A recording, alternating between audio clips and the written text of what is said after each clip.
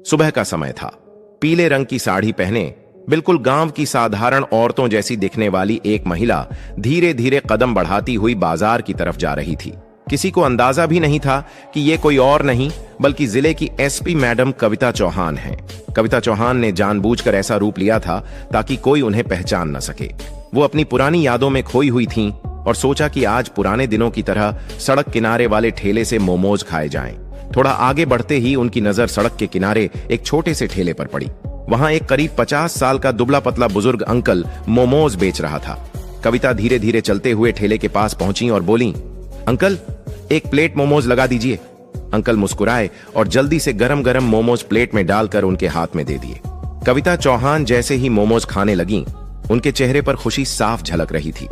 बचपन से ही उन्हें मोमोज का बहुत शौक था, लेकिन ड्यूटी और व्यस्त जिंदगी की वजह से उन्हें ऐसा मौका बहुत कम मिलता था। वो चुपचाप स्वाद का मजा ले रही थीं कि तभी अचानक वहां एक इंस्पेक्टर 3-4 सिपाहियों के साथ आया। वो ठेले के पास रुककर गुस्से में बोला, अरे ओ बुढ़े, जल्दी से पैसे निकाल। अचानक आवाज सुनकर बुजुर्ग अंकल घबरा गए। उनके हाथ कांपने लगे। हकलाते हुए बोले, साहब अभी तो दिन की शुरुआत है, अभी तक तो मैं कुछ कमाया भी नहीं, कोई ग्राहक आया ही नहीं, शाम को आए तो पैसे दे दूंगा, अभी मेरे पास नहीं है। यह सुनकर इंस्पेक्टर भड़क उठा। उसने बिना कुछ सोचे समझे अंकल के गाल पर एक जोरदार थप्पड़ जड़ दिया। यह देखकर कविता चौहान हैरान रह गईं। उन्होंने तुरंत बीच में आकर कहा, रुकिए इंस्पेक्टर साहब, आप इनसे किस बात के पैसे मांग रहे हैं और क्यों? किस हक से आपने इन्हें थप्पड़ मारा? आपको कोई अधिकार नहीं है बेवजह किसी गरीब के साथ ऐसा करने का। इंस्पेक्टर ने घूरते हुए कहा, तुम बीच में मत पड़ो, तुम्हें पता भी है मामला क्या है। ज्यादा बोलोगी तो अभी तुम्हें गिरफ्तार कर लूंगा, चुपचाप खड़ी रहो। कविता ने गुस्से में जवाब दिया, देखिए आप जो कर रहे हैं बिल्कुल गलत है। कहीं भी कानून में नहीं लिखा कि आप गरीबों से वसूली करें। आप इन पर जुल्म कर रहे हैं, इसका अंजाम आपको भुगतना पड़ेगा, सुधर जाइए। यह सुनकर इंस्पेक्टर बुरी तरह भड़क गया। उसने गुस्से में अपना आपा खो दिया और कविता के गाल पर जोरदार तमाचा मार दिया। थप्पड़ इतना जोरदार था कि कविता थोड़ी लड़खड़ा गई, लेकिन खुद को संभाल लिया। उन्होंने गुस्से से कहा, आपने मुझ पर हाथ उठाया, अब मैं आप पर एफआईआर दर्ज करवाऊंगी। इंस्पेक्टर ने हंसते हुए धमकी दी, एफआईआर? तुझे समझ नहीं आया? ज्यादा बोलोगी तो इतना मारूंगा कि घर तक नहीं जा पाओगी। निकल यहां से वरना धक्के मारकर भगा दूंगा। इंस्पेक्टर ने गुस्से में फिर से मोमोज वाले अंकल का कॉलर पकड़ लिया और चीखते हुए बोला, अबे बुढ़े, ज्यादा होशियारी मत कर, जल्दी से पैसे निकाल वरना अभी तेरा ठेला उठा दूंगा। इतना कहकर इंस्पेक्टर ने गुस्से में ठेले पर जोरदार लात मार दी। ठेला उलट गया और सारे मोमोज सड़क पर बिखर गए। बेचारा अंकल डर के मारे रोने लगा। वो घुटनों के बल बैठकर मोमोज समेटने लगा। तभी इंस्पेक्टर ने डंडा उठाकर अंकल की पीठ पर जोर से मारा। अंकल हाथ जोड़कर गिड़गिड़ाने लगा, साहब मैं सच कह रहा हूं, अभी तक कुछ कमाया ही नहीं, शाम को आइएगा, जो भी कमाऊंगा दे दूंगा, प्लीज मुझे मत मारिए, प्लीज मुझे माफ कर दीजिए। यह सुनकर कविता चौहान और सहन नहीं कर पाई। उन्होंने गुस्से में आगे बढ़कर कहा, अंकल आपको माफी मांगने की जरूरत नहीं है, ये लोग गरीबों पर जुल्म ढा रहे हैं, इन्हें जरा भी शर्म नहीं आती। बड़ी मुश्किल से आप लोग ठेला लगाकर अपने घर का पेट पालते हैं और ये लोग आपकी मेहनत को लूट रहे हैं। इंस्पेक्टर साहब अब मैं आपको आपकी औकात दिखाकर रहूंगी। इंस्पेक्टर हंसी उड़ाते हुए बोला, अरे तेरी इतनी हिम्मत, तू मुझे औकात दिखाएगी? तेरी औकात ही क्या है मेरे सामने? जा जा अपना काम कर, ज्यादा बकवास करेगी तो इतना मारूंगा कि चलने लायक नहीं बचेगी। इतना कहकर इंस्पेक्टर और उसके साथ खड़े हवलदार लौटने लगे। जाते जाते इंस्पेक्टर ने मुड़कर अंकल को धमकी दी, शाम को फिर आऊंगा, अगर पैसे नहीं मिले तो ना तू बचेगा और ना तेरा ठेला, समझ गया ना? कहकर वो लोग वहां से चले गए। कविता चौहान तुरंत अंकल के पास गईं और प्यार से बोली, अंकल आप ठीक हैं, टेंशन मत लीजिए, घर जाइए, मैं इन पुलिस वालों को सबक सिखाकर रहूंगी। अंकल ने रोते हुए कहा, बेटा तूने मेरे लिए इतना क्यों किया? तेरे ही चक्कर में तुझे मार पड़ी, तू क्या कर लेगी उनका? वो पुलिस वाले हैं, सालों से हम पर जुल्म करते आ रहे हैं, हम कुछ नहीं कर पाए, तू भी कुछ नहीं कर पाएगी, छोड़ दे ये सब। कविता ने गहरी सांस लेते हुए जवाब दिया, नहीं अंकल अब बहुत हो गया, आप नहीं जानते मैं क्या कर सकती हूं, मैं इन लोगों को उनके गुनाहों की सजा दिलवाकर ही रहूंगी, आप फिक्र मत कीजिए, बस घर जाइए और आराम कीजिए। यह कहकर कविता चौहान वहां से निकली और सीधा घर पहुंची। घर पहुंचकर सड़क पर हुई सारी बातें उनके दिमाग में घूमने लगीं। उनका खून खौल रहा था। उन्होंने मन ही मन ठान लिया, अब इन्हें छोड़ना नहीं है, सबसे पहले इस इंस्पेक्टर पर रिपोर्ट दर्ज कराऊंगी और इसे सस्पेंड करवाकर रहूंगी। अगली सुबह कविता चौहान ने खुद को बिल्कुल साधारण महिला के रूप में तैयार किया। सफेद रंग की साड़ी पहनी और बिना किसी पहचान के थाने पहुंच गईं। जैसे ही वो अंदर गईं, उनकी नजर एक हवलदार पर पड़ी।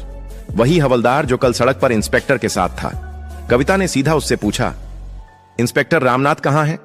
हवलदार ने जवाब दिया, मैडम, वो किसी काम से शहर गए हुए हैं। एसएचओ साहब भी बाहर गए हैं। इतने में पीछे के दरवाजे से एसएचओ संजीत शर्मा अंदर आया। नजर सफेद साड़ी पहने उस महिला पर पड़ी और वो सीधे कविता चौहान के पास गया। क्या बात है मैडम, यहां किस लिए आई हैं? क्या काम है आपका? थाने में मौजूद सिपाही और एसएचओ संजीत शर्मा दोनों को जरा भी अंदाजा नहीं था कि उनके सामने खड़ी ये साधारण दिखने वाली महिला दरअसल जिले की एसपी कविता चौहान है, जो यहां अपने ही इंस्पेक्टर के खिलाफ रिपोर्ट दर्ज कराने आई है। कविता चौहान ने अपनी मधुर लेकिन सख्त आवाज में कहा, सर, मुझे इंस्पेक्टर रामनाथ के खिलाफ रिपोर्ट दर्ज करवानी है। उसने सड़क पर मोमोज का ठेला लगाए बैठे एक बुजुर्ग अंकल को थप्पड़ मारा, उनका ठेला गिरा दिया और उनका सारा सामान सड़क पर बिखेर दिया। जब मैंने उसे रोका तो उसने मुझ पर भी हाथ उठाया। उसने उस गरीब अंकल के साथ बहुत जुल्म किया। मैं इसीलिए यहां आई हूं ताकि इंस्पेक्टर रामनाथ के खिलाफ एफआईआर दर्ज हो। आप तुरंत रिपोर्ट लिखिए। यह सुनते ही एसएचओ संजीत शर्मा हैरान हो गया। उसने तिरछी नजरों से कविता को देखा और बोला, आपको पता है आप किसके खिलाफ बात कर रही हैं? वो यहां का इंस्पेक्टर है। हम उसके खिलाफ रिपोर्ट नहीं लिख सकते। और फिर क्या हो गया अगर उसने एक थप्पड़ मार दिया? छोड़िए ये सब बातें। वैसे भी वो गरीब क्या कर सकते हैं? आप बेकार की टेंशन मत लीजिए और घर जाइए। यह सुनकर कविता चौहान का खून खौल उठा। उन्होंने गुस्से में जवाब दिया, देखिए, मुझे कानून मत सिखाइए। इस देश में रहने वाला हर नागरिक बराबर है, गरीब हो या अमीर। अगर कोई अपराध करता है तो उसके खिलाफ एक्शन लेना ही पड़ेगा। हर किसी को न्याय पाने का हक है। और अगर आपने रिपोर्ट दर्ज नहीं की तो मैं आपके खिलाफ भी कार्रवाई कर सकती हूं, समझे आप? संजीत शर्मा यह सुनकर भड़क गया।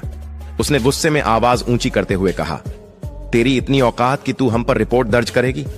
मैं चाहूं तो अभी तुझे अंदर कर दूं। ज्यादा जुबान मत चला और यहां से दफा हो जा। तू जानती नहीं हमारी कितनी पावर है। बेहतर है चुपचाप यहां से निकल जा। कविता चौहान उसकी आंखों में आंखें डालकर बोली, लगता है तुम्हें और तुम्हारे इंस्पेक्टर को औकात दिखानी ही पड़ेगी। लेकिन याद रखना, जब मैं लौटूंगी तब तुम दोनों इस थाने में टिक नहीं पाओगे। मेरे शब्द याद रखना। इतना कहकर वो गुस्से में थाने से निकल गईं। थाने में मौजूद हवलदार और बाकी सिपाही चुपचाप एक दूसरे का चेहरा देखने लगे। सबके मन में एक ही सवाल था, ये औरत आखिर है कौन जो इतनी बेखौफ बातें करके चली गई? कविता चौहान घर लौटी। उनका गुस्सा अब और भी बढ़ चुका था। उन्होंने खुद से कहा, यह थाना सफाई मांगता है। अगर ऐसे लोग यहां रहेंगे तो गरीबों का हक मारते रहेंगे और शहर बर्बाद होता रहेगा। अब इन्हें बेनकाब करना ही पड़ेगा। उन्होंने तुरंत फैसला किया और डायरेक्ट डीएम आशीष यादव के ऑफिस पहुंची। अंदर पहुंचते ही उन्होंने पूरी घटना डीएम को सुनाई। सब कुछ सुनकर डीएम का भी खून खौल उठा। उन्होंने सख्त लहजे में कहा, कविता मैडम, जो आपने बताया वह बेहद शर्मनाक है, लेकिन कार्रवाई के लिए हमें सबूत चाहिए। क्या आपके पास कोई सबूत है? कविता ने तुरंत अपना फोन निकाला और बोली, जी सर, मेरे पास सबूत है। जब मैं थाने में रिपोर्ट दर्ज करवाने गई थी, मैंने अपने फोन की रिकॉर्डिंग ऑन कर रखी थी। उसमें एसएचओ संजीत शर्मा की सारी बातें रिकॉर्ड हो गई हैं। और ये देखिए, ये वीडियो, इसमें इंस्पेक्टर रामनाथ अंकल को थप्पड़ मार रहा है और उनका ठेला गिरा रहा है। ये फुटेज मैंने खुद वहां लगे सीसीटीवी कैमरे से ली है। डीएम ने रिकॉर्डिंग और फुटेज देखी। उनका गुस्सा 7वें आसमान पर पहुंच गया। उन्होंने कहा, इन दोनों को सस्पेंड करना बहुत जरूरी है। अगर ऐसे पुलिसकर्मी थाने में रहेंगे तो लोग डर में दबे रहेंगे और न्याय नहीं मिलेगा। अब और नहीं, मैं कल सुबह प्रेस मीटिंग बुलाऊंगा। उसमें सभी बड़े अफसर, नेता और मीडिया मौजूद रहेंगे और मैं उनके सामने इन दोनों की करतूत उजागर करके इन्हें सस्पेंड करूंगा। मैडम, आप टेंशन मत लीजिए, कल का इंतजार कीजिए और मीटिंग में जरूर आइए। कविता चौहान ने सिर हिलाया और घर लौटी। अगली सुबह जिले के सबसे बड़े ऑफिस में प्रेस मीटिंग रखी गई। हॉल खचाखच भरा था। मीडिया के कैमरे चमक रहे थे। बड़े बड़े नेता, अफसर, एएसपी, एसडीएम, इंस्पेक्टर और आईपीएस अधिकारी सभी मौजूद थे। माहौल तनावपूर्ण था। सबको इंतजार था, आज आखिर क्या खुलासा होने वाला है। मीटिंग हॉल में सन्नाटा छा गया था। कैमरे चालू हो चुके थे। जिले के बड़े अफसर, नेता, मीडिया और तमाम पुलिस अधिकारी सामने बैठे थे। तभी डीएम आशीष यादव माइक उठाते हैं और गहरी आवाज में कहते हैं, आज मैं आप सभी को एक बेहद गंभीर मामला बताने आया हूं। हमारे जिले के थाने में इंस्पेक्टर रामनाथ और एसएचओ संजीत शर्मा ने ऐसा काम किया है जो पुलिस की वर्दी पर दाग है। जिस वर्दी का काम जनता की रक्षा करना है, उसी वर्दी में रहकर इन लोगों ने गरीबों पर जुल्म ढाया और कानून का मजाक बनाया। इतना कहते ही पूरे हॉल में खुसफुसाहट शुरू हो गई। सभी लोग हैरान होकर एक दूसरे को देखने लगे। तभी डीएम ने माइक एसपी कविता चौहान की तरफ बढ़ाया। कविता चौहान अपने आत्मविश्वास से भरे अंदाज में माइक संभालती है और कहती हैं, आप सभी जानते हैं कि पुलिस का काम है जनता की सेवा, लेकिन जब यही पुलिस जनता पर जुल्म करे तब हमें आवाज उठानी पड़ती है। कुछ दिन पहले मैंने अपने ही जिले के इंस्पेक्टर रामनाथ और एसएचओ संजीत शर्मा को रंगे हाथों गरीबों से वसूली करते, मारपीट करते और कानून का दुरुपयोग करते देखा। मैंने खुद इस पर सबूत इकट्ठा किए हैं। आप सब अब वो देखिए। इतना कहते ही हॉल की बड़ी स्क्रीन पर वीडियो चलाया जाता है। वीडियो में साफ दिख रहा था, इंस्पेक्टर रामनाथ सड़क किनारे एक बुजुर्ग मोमोज वाले को थप्पड़ मार रहा है, ठेला गिरा रहा है और उसे धमका रहा है। फिर थाने में एसएचओ संजीत शर्मा उस महिला से बदतमीजी करते हुए रिपोर्ट दर्ज करने से मना कर रहा है। जैसे ही वीडियो खत्म हुआ, पूरे हॉल में शोर मच गया। मीडिया वाले कैमरे की फ्लैशिंग बढ़ा देते हैं। कई नेता गुस्से में खड़े होकर कहते हैं, ऐसे अफसरों को नौकरी में रहने का कोई हक नहीं, तुरंत कार्रवाई होनी चाहिए। इसके बाद कविता चौहान ने अपनी रिकॉर्डिंग सबको सुनाई। उसमें एसएचओ संजीत शर्मा की बेहुदा बातें और रिपोर्ट दर्ज न करने की साफ आवाज गूंज रही थी। अब माहौल और गर्म हो चुका था। सभी लोग गुस्से में थे। तभी डीएम आशीष यादव फिर माइक उठाते हैं और सख्त आवाज में कहते हैं, आज से इंस्पेक्टर रामनाथ और एसएचओ संजीत शर्मा को तत्काल प्रभाव से निलंबित किया जाता है। इनके खिलाफ विभागीय कार्रवाई शुरू की जाएगी। ऐसे लोगों का इस विभाग में कोई स्थान नहीं है। कानून से ऊपर कोई नहीं है, चाहे वो पुलिस ही क्यों ना हो। हॉल तालियों से गूंज उठा। मीडिया के कैमरे लगातार फ्लैश करने लगे। कई नेताओं ने आगे आकर डीएम के फैसले का समर्थन किया। तभी एक वरिष्ठ नेता खड़े होकर बोले, कविता मैडम जैसी ईमानदार अफसर ही इस जिले की शान है। आपने जो कदम उठाया उससे आम जनता का विश्वास पुलिस में कायम रहेगा।